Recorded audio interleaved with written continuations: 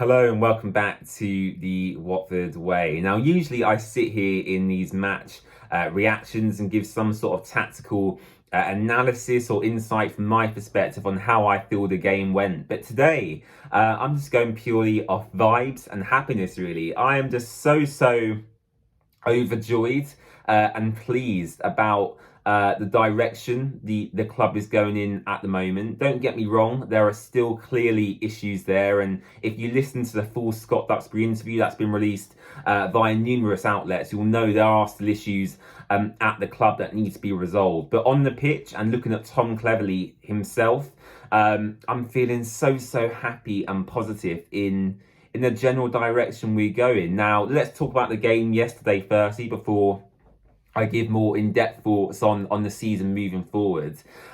What a game. I mean, it wasn't quite as exciting as the Stoke game, the second half especially, where we scored them 3 goals. And I felt it was a much different test for Watford today, actually, because, of course, as you're aware, Watford went behind just a minute or so into the game, which was quite disappointing. Of course, I think it was Eddie Kayembe who actually lost his marker, which led to the goal. So poor defending from the throw-in, that led to the Millwall goal. That's fair enough. It happens. It's football. We move on. And I think it was quite beneficial that Derby scored that early on, because it was apparent to me, at least watching from the stands, that they were looking to time waste wherever they could, which is fair enough. They're a newly promoted team. They haven't got the biggest financial resources and backing, so they want to secure as many points as possible to ensure their championship survival. So I understand that from a mentality perspective, but I think what that did is it allowed Watford to hold on to the ball and break Derby County down. Now, we struggled to do that actually in the first 15-20 minutes or so. I felt that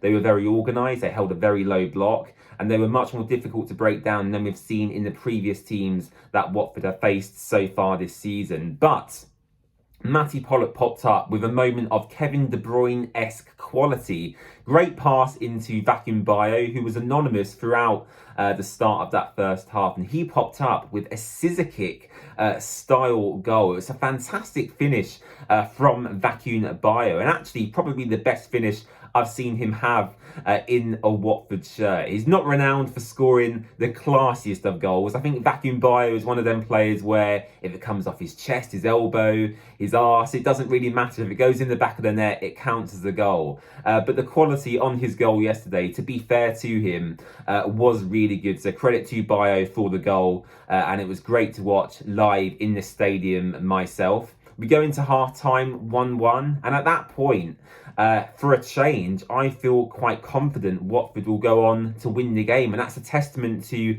the mentality and the belief Tom Cleverley has not only instilled into the players, but also instilled into the fan base. And actually, I felt that showed when Watford conceded really early on. Yes, initially, in the first couple of seconds, it was disappointing to concede that goal from Derby, but straight away, people in the Rookery end and other areas of the ground were right back onto the team, back in the players, and there was no sort of abuse, swearing, shouting or anything like that.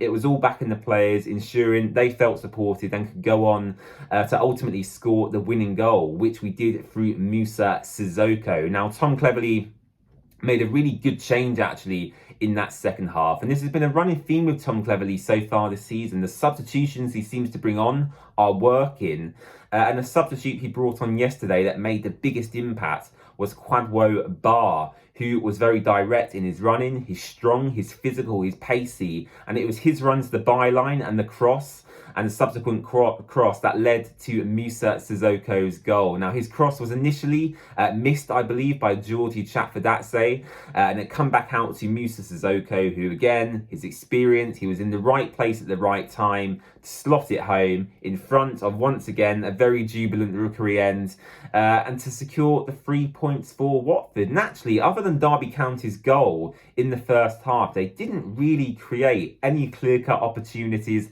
at all. I mentioned they time wasted very early on, which again, is understandable due to the mentality they have. They're a newly promoted side. They maybe don't have the quality that Watford have in our squad. But I do feel like they maybe could have played slightly more attacking football. I know I saw a few reactions from their fans who were quite frustrated that they sat back for so long. But credit to Watford, credit to Tom Cleverley. We stuck to our game plan. We broke them down. We wore them out. We made the substitutions at the right times. The right players come on, and we won the game. And ultimately, that is now 4 wins from 4 for Tom Cleverley's Watford side this season. And we move on to the Carabao Cup once again on Tuesday night, where I'm sure players we haven't seen so much of so far this season will be integrated into the squad. I'm sure Tom Ince will get another run out, as will Rocco Batta. Maybe Mamadou Doumbia will start alongside Kwadwo Bar. Imran Louza may get a run out. Antonio Tikvic, Ken Sema, Ngakia if he's available as well. I'm sure Jonathan Bond will play. So a lot of new players and exciting players to see on Tuesday night as well. And also to finish this video, Watford have been heavily linked with a number of exciting young signings in the past couple of days, which I won't go into today. I'll discuss that in separate videos when these players subsequently join Watford. But I've mentioned before, the direction we're going in seems to be recruiting young talent from around Europe.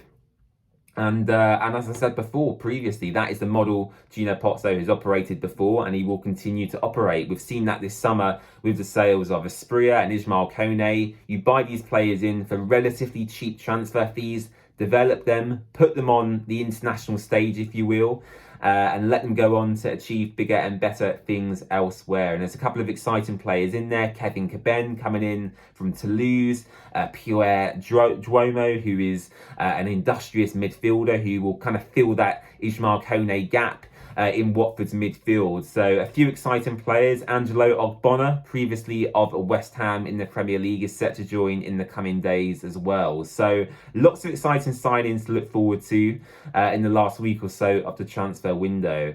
And positivity and optimism in Watford's season going forward. A big test coming up next in the Championship against Sheffield United. But if Watford come through that unscathed, my expectations for the season are slowly starting to rise. So we'll see what happens in that game against Sheffield United next weekend. And I'll be live here on the Watford Way doing a watch along for that. So make sure you do tune in. But in conclusion, very, very happy. Great to see the win yesterday at Vicarage Road. And hopefully we'll pick up another win on Tuesday night in the Cup against Plymouth.